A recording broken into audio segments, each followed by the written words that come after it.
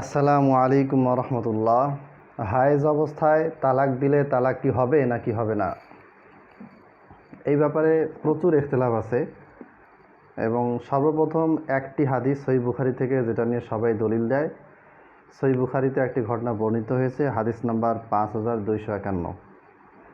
হাদিসটি হচ্ছে, ওমর বিন খাত্তাব রাদিয়াল্লাহু তাআলা আনহুর ছেলে আবদুল্লাহ বিন ওমর তার স্ত্রীকে হায়েজ অবস্থায় তালাক দিলেন। আবদুল্লাহ বিন ওমর যখন তার স্ত্রীকে হায়েজ অবস্থায় তালাক দিলেন, তখন আবদুল্লাহ বিন ওমরের বাবা দ্বিতীয় খলিফা ওমর রাদিয়াল্লাহু তাআলা আনহু আল্লাহ নবী সাল্লাল্লাহু আলাইহি সাল্লামের কাছে বিষয়টি উত্থাপন করলেন, জানতে চাইলেন।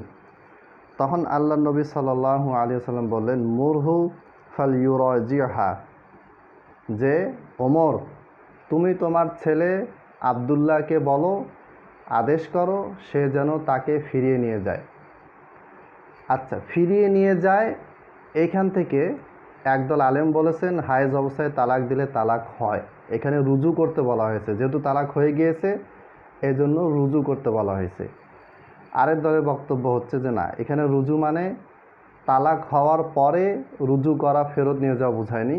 এখানে রুজু বলতে স্ত্রী হিসেবে তাকে যেন সে রেখে দেয়, তালাক হয়নি সে স্ত্রী মনে করে যেন তাকে রেখে দেয়, তালাক হয়ে গিয়েছে এটা মনে করে যেন তাকে সে দূরে সরিয়ে না দেয়, এটা বোঝানো হয়েছে। তাহলে সহিহ বুখারীতেই এই একটা হাদিসের একটা শব্দ নিয়ে দুই রকম মত তৈরি হয়ে গেল। আসুন দেখা যাক, এখানে ফেরত নিয়ে যাওয়াটা এর মানেই কি তালাক দেওয়ার পরেই কি ফেরত নিয়ে যাওয়াকে বোঝায়? যদি আমরা অন্যান্য আয়াত এবং হাদিস দেখি তাহলে বুঝতে পারবো ফেরত নিয়ে যাওয়ার মানেই এটা নয় যে তালাক দিলেই তখন সেটা ফেরত রুজু করাকে ফেরত যাওয়া, নিয়ে যাওয়া বোঝায়। আসলে এটা নয়, তালাক ছাড়াও এটা হয়। যেমন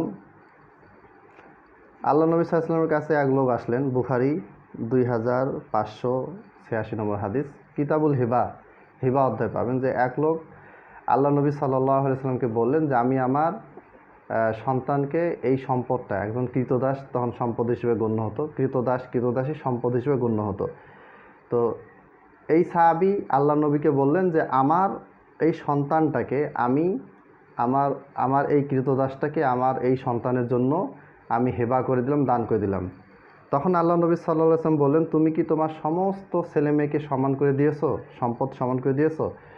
তখন সাহাবী বললেন যে না, আমি দেই নাই। তখন আল্লাহ নবী বললেন, ফারজিউহু, তাহলে তুমি তোমার এই দানটা ফেরত নিয়ে যাও, এই দানটা হয় নাই, এটা ফেরত নিয়ে যাও, এটা তোমার দানটা হয়ই নাই, তুমি এই দানটা ফেরত নিয়ে যাও, সমস্ত ছেলে মেয়েকে সমানকে বন্টন করে দাও, অথবা না দিলে কাউকে দিবা না। অন্যান্য আরও হাদিস আছে এই ব্যাপারে।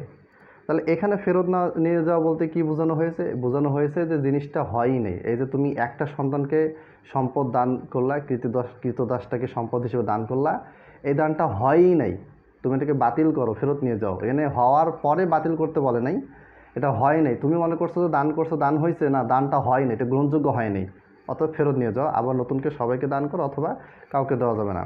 অন্যান্য হাদিসে, সবগুলো হাদিসে সারমর্ম একসাথে বললাম। তাহলে বোঝা গেল যে এখানে ফেরত নিয়ে যাওয়ার মানে এটা নয় যে আগে জিনিসটা পতিত হয়েছে বা সংঘটিত হয়েছে তারপরে ওটাকে ফেরত নিয়ে যেতে বলেছে, না, এটা আগে এটা হয়ই নেই। এরপরে আল্লাহ নবী সাল্লাল্লাহু আলাইহি ওয়াসাল্লামের আরেকটা হাদিস আছে, যে সহিহ বুখারী 5283 নম্বর হাদিস, বারিরা রাদিয়াল্লাহু তাআলা আনহা এবং মুগিস রাদিয়াল্লাহু তাআলা আনহু। মুগিস ছিল অত্যন্ত কুৎসিত দেখতে, আর বারিরা তিনি সুন্দরী মেয়ে ছিলেন। তো মুগিস, তাদের সন্তানও ছিল। মুগিস রাদিয়াল্লাহু তাআলা আনহু বারিরা রাদিয়াল্লাহু তাআলা আনহার সাথে সংসার করার জন্য খুবই উদ্গ্রীব, খুবই উৎসাহী ছিলেন, একেবারে কান্নাকাটি করতেন। এবং লোকেরা দেখতো যে মদিনার অলিগলিতে তিনি তার স্ত্রীর জন্য কান্নাকাটি করে বেড়াচ্ছেন। এরপরে আল্লাহ নবী সাল্লাল্লাহু আলাইহি ওয়াসাল্লামের কাছে বিষয়টি গেল। আল্লাহ নবী সাল্লাল্লাহু আলাইহি ওয়াসাল্লাম বারিরাকে বললেন, তুমি যদি তার সাথে সংসার করতে ভালো হতো। তো তখন বারিরা বললেন যে এটা কি আপনি আমাকে আদেশ করতেছেন না এমনি পরামর্শ দিচ্ছেন? আল্লাহ নবী সাল্লাল্লাহু আলাইহি ওয়াসাল্লাম বললেন যে না, আমি তোমাকে পরামর্শ দিচ্ছি, আদেশ করছি না। তখন বারিরা রাদিয়াল্লাহু তাআলা আনহা বললেন যে না, আমি তার সাথে সংসার করব না। এরপর আল্লাহ নবী সাল্লাল্লাহু আলাইহি ওয়াসাল্লাম তাদের বিবাহ বিচ্ছেদ করে দেন। এখন এখানে আল্লাহ নবী সাল্লাল্লাহু আলাইহি ওয়াসাল্লাম তাকে কী বলেছেন? তাকে যে শব্দটা বলেছেন, লাউ রাজাতিহি, তুমি যদি তাকে ফেরত নিতে, মানে এই যে তোমার স্বামী মুগিস তোমার জন্য কত পাগল হয়ে আছে, তুমি যদি তাকে ফেরত নিতে। এখানে ফেরত না মানে তালাক দিয়ে বিচ্ছিন্ন হয়ে গিয়েছিল, আবার ফেরত না বোঝাচ্ছে না, এখানে তালাক হয়ও নাই, কোনো কিছু সংঘটিতই হয়নি। তারপরও নবী সাল্লাল্লাহু আলাইহি ওয়াসাল্লাম বললেন যে তুমি যদি তাকে ফেরত নিতে, তার মানে হচ্ছে সম্পর্কটাকে যদি ঠিক করে নিতে, আবার যদি তুমি মানসিকভাবে শারীরিকভাবে প্রস্তুতি নিয়ে তার সাথে সংসার করতে, এইটা বোঝাচ্ছে। এখানে আগে থেকে তালাক হয়েছে বা শারীরিক সম্পর্কের ভিতরে দাম্পত্য জীবনে দাম্পত্য সম্পর্কে কোনো সমস্যা হয়েছে, এইটা কিন্তু বোঝায়নি। তাহলে বোঝা যাচ্ছে যে ফেরত নিয়ে যাওয়ার মানে এইটা নয় যে তালাক হয়ে গেছে বা কিছু একটা হয়েছে এখন আবার ফেরত নিয়ে যেতে হবে, যে জিনিসটা সংঘটিত হয়েছে ওটা হয়ে গেছে এখন তুমি ফেরত নিয়ে যাও, এরকম কিছু বোঝানো হয় না। আরেকটা আয়াত আছে সূরা বাকারা 230 নম্বর আয়াত, আল্লাহ নবী সাল্লাল্লাহু আলাইহি ওয়াসাল্লাম বলেছেন ফা ইন তাল্লাকাহা ফালা জুনাহা আলাইহিমা আন ইয়াতারাজাআ। অর্থাৎ এই আয়াতের পুরো আয়াতের অর্থ মানে সারমর্ম ভাবার্থ এটা হচ্ছে যে কোনো স্বামী যদি কোনো স্ত্রীকে তালাক দিয়ে দেয়, এরপরে স্ত্রী যদি মানে তিনটা তালাক শরীয়তসম্মতভাবে স্বামী দিল স্ত্রীকে, স্বামীর পক্ষ থেকে তালাক হলো, এখন এই মেয়েটা এই ছেলেটার জন্য আজীবনের জন্য হারাম হয়ে যাবে। এরা আর স্বামী স্ত্রী হিসেবে বিবাহ করে স্বামী স্ত্রী হিসেবে দাম্পত্য জীবনে ঢুকতে পারবে না, টোটালি হারাম, আজীবনের জন্য হারাম।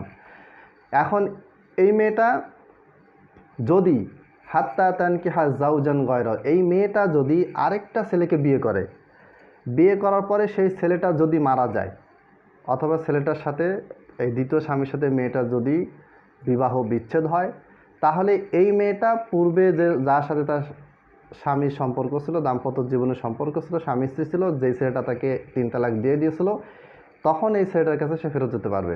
মানে এটা একটা ছেলে ধরেন আবদুল্লাহ আয়েশা নামের একটা মেয়েকে 3 মাসে 3 তালাক দিয়ে দিল, শরীয়তসম্মতভাবে তালাক দিয়ে দিল, তালাক হয়ে গেছে। এখন এই আয়েশা মেয়েটা আবদুল্লাহর জন্য আজীবনের জন্য হারাম, তারা আর কখনোই বিবাহ বন্ধনে আবদ্ধ হতে পারবে না, টোটালি নিষিদ্ধ, হারাম। একটা তালাক দিলে পুনরায় বিয়ে করা যায়, 2টা তালাক দিলেও পুনরায় ফেরত নেওয়া যায়, কিন্তু 3টা তালাক দিয়ে ফেলে এই সুযোগ আর নেই। এখন আয়েশা যদি আব্দুর রহমান নামে আরেকজন ব্যক্তিকে বিয়ে করে, এরপরে আব্দুর রহমানের সাথে যদি আয়েশার বিবাহ বিচ্ছেদ হয় অথবা আব্দুর রহমান যদি মারা যায়, তাহলে আয়েশা এখন চাইলে এই আবদুল্লাহ যে পূর্বে তার স্বামী ছিল, এই আবদুল্লাহ এবং আয়েশা আবার পুনরায় বিবাহ বন্ধনে আবদ্ধ হতে পারবে। এইখানে আল্লাহ তাআলা বলেছেন যে ফালা জুনাহা আলাইহিমা আন ইয়াতারাজা, এখানেও রুজু শব্দটা আসছে। আবার যদি তারা ফেরত যায়, মানে স্বামী স্ত্রী হিসেবে যে আবার যদি তারা পরস্পরের কাছে আসে, বিবাহ বন্ধনে আবদ্ধ হয়, তাহলে কোনো অসুবিধা নেই। তাহলে আমি এই জিনিসটা বোঝাতে চাচ্ছি যে ফেরত যাওয়া মানেই কিন্তু তালাক হয়ে যাওয়ার পরে ফেরত যাওয়া বোঝায়, এটা টোটালি কোরআন ও হাদিস বিরোধী এবং ভুল ফতোয়া। অনেক হানাফি আলেম আছেন বা অনেক বড় বড় আলেম আছেন, সবাই একমত, যেমন তোহফাতুল আলমাই যেটা লিখেছেন সাইদ আহমদ পালানপুরি রহিমাহুল্লাহ, অনেক জ্ঞানী আলেম ছিলেন, ভালো মুহাদ্দিস ছিলেন দেওবন্দি মাযহাবের।